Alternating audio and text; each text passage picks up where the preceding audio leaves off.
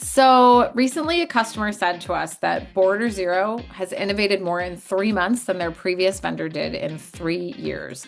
It's a pretty bold statement. It was awesome to hear, but innovation doesn't just happen. You have to invest in it and build a culture that allows for it. So today we're talking about creativity, collaboration, hacking, and how that fuels innovation here at Border Zero. So, Andre, a big part of the culture here at Border Zero is focused on experimentation. We just had an all team offsite. You reserve time for a hackathon, but you also embed this into the schedule weekly. Why is this so important?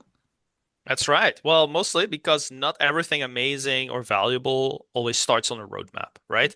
Most of these breakthroughs happen when someone just asks, like, I wonder if, this is possible or if Yeah. useful or if it can be done. And we just try it out. So we make space for that every Friday just to experiment and tinker together.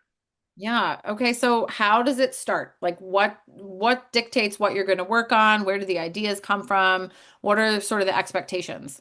Yeah, so in our case, once a week, Fridays are basically just for exploring. So there's no pressure to ship, mostly just to learn, right? And so these ideas can come from a customer that asked us something this week, that we were like, oh, that might actually be a good idea. Like, I don't know if it's possible. Maybe we have our own ideas. Maybe there's a new technology that we want to play with. If it's clearly valuable and feasible, we just put it on the roadmap, right? It's a no-brainer. We just build it.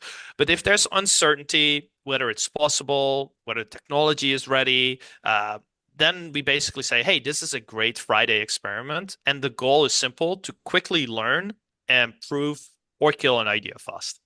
All right. So can you share an example of something that started as a hack and became an actual feature in the platform? Oh yeah, there's a few examples. Like anyone else, we're doing a lot of AI type experiments. So our AI session insights started that way, experimenting with agents. But one that comes to mind as well is our Border Zero web client. So this web client. It's a full VPN in the browser, has clients for SSH, databases, Kubernetes, all built on WebAssembly. It's very complicated. And that all began essentially as several different experiments. Mhm. And some of them were clunky and it just didn't really work, or security wise, we would never be able to ship that. Mhm. But when the pieces line up, it's really amazing. And then we can build these amazing products.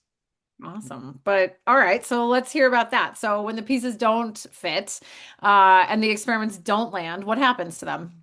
Yeah, well, that's very common. That's why they're experiments. And then we just shelve them. Like they're not that. We just park them. And in the world of engineering, that just means they go in our experiments GitHub repo, and we might reuse that later. There's definitely cases where we said, hey, remember that thing that we tried 4 months ago? I think we could really use that piece and then this piece and actually solve this particular problem.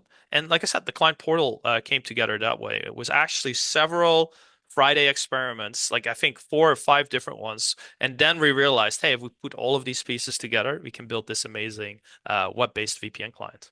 Oh, so even the failures teach you something. Exactly. Failure is our tuition. All right. So at least once a quarter, like we just did, you get everyone together, and you reserve part of the time for this hackathon. So it gets pretty competitive. It's very fun to watch.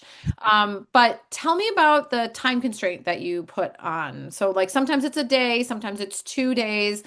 Does that add, pressure? Does it limit creativity? What's sort of the philosophy there? Yeah, so having these time constraints on it, whether that's like a 1 or 2 day hackathon or a Friday experiment, it actually sharpens the creativity, right? So this constraint forces us to focus. Hackathons are really to prove a particular idea, not to polish every possible edge case. That makes sense. All right. So I think I'd love to dig in a little bit more to like why this is so important to you. I know you've worked at some large companies, some smaller organizations. Is this a common thing to have like an experimentation Friday and to reserve this time for the team to do this? Like where did this come from? Yeah, I mean, I'd say hackathons are fairly common, but these experimentation Fridays are a little bit more rare. I think it's a little bit expired on like Google used to have this 20% rule. And I basically made this our own version of that. I don't know a lot of people that still do this, but I think it's huge, right? Like it's great for a number of things like experimenting, innovation, learning, team building, having fun. It has numerous benefits. So we have people pair up. We learn new technology, we learn from each other, and we chase that Friday afternoon high, that high five, like, holy crap, it actually works. That's amazing. It builds trust, excitement, and also a certain sort of pace, right? And like you said at the beginning, our customers really take notice of how fast we innovate. Yeah. All right. So if anyone's trying to create this culture in their organization, could you share maybe some of the best practices for those Friday hacks or even the quarterly offsite? What works best for the team? Yeah, so ideally you're all together. We try and work maybe in pairs or with three people together. Try and not to do it alone. I think it works much better together. Then the other thing that works really well is to ideally just use one laptop. And like, maybe drive every 15 minutes, one person, then the other one. The one laptop's important because otherwise people get distracted. Um, you can also do it with multiple. We've even had cases where we basically had one laptop physically being passed around and then have the screen on a big screen. Remotely, we try obviously to keep a call open, maybe share your screen there. It's a little bit harder. It really works well in person. And yeah, just leave the call open and bounce ideas back and forth, suggestions. And then on Fridays, yeah, we also our sort of routine is every Friday we have sushi over lunch as well. So that helps. It kind of became our Good thing. motivator. Yeah. So, Yeah. okay, so this sounds like the secret sauce is real-time energy, switching, letting one person drive and everyone kind of pitch in, and then obviously sushi. Raw fish, exactly. Right. Okay. So if you had to sum it up, what's the lesson for someone looking to build this culture of innovation in their org? Yeah, I mean, I'd say innovation doesn't just happen. You have to actively make room for it. You have to foster it. So you got to protect the time, invite collaboration, embrace that it's an experiment.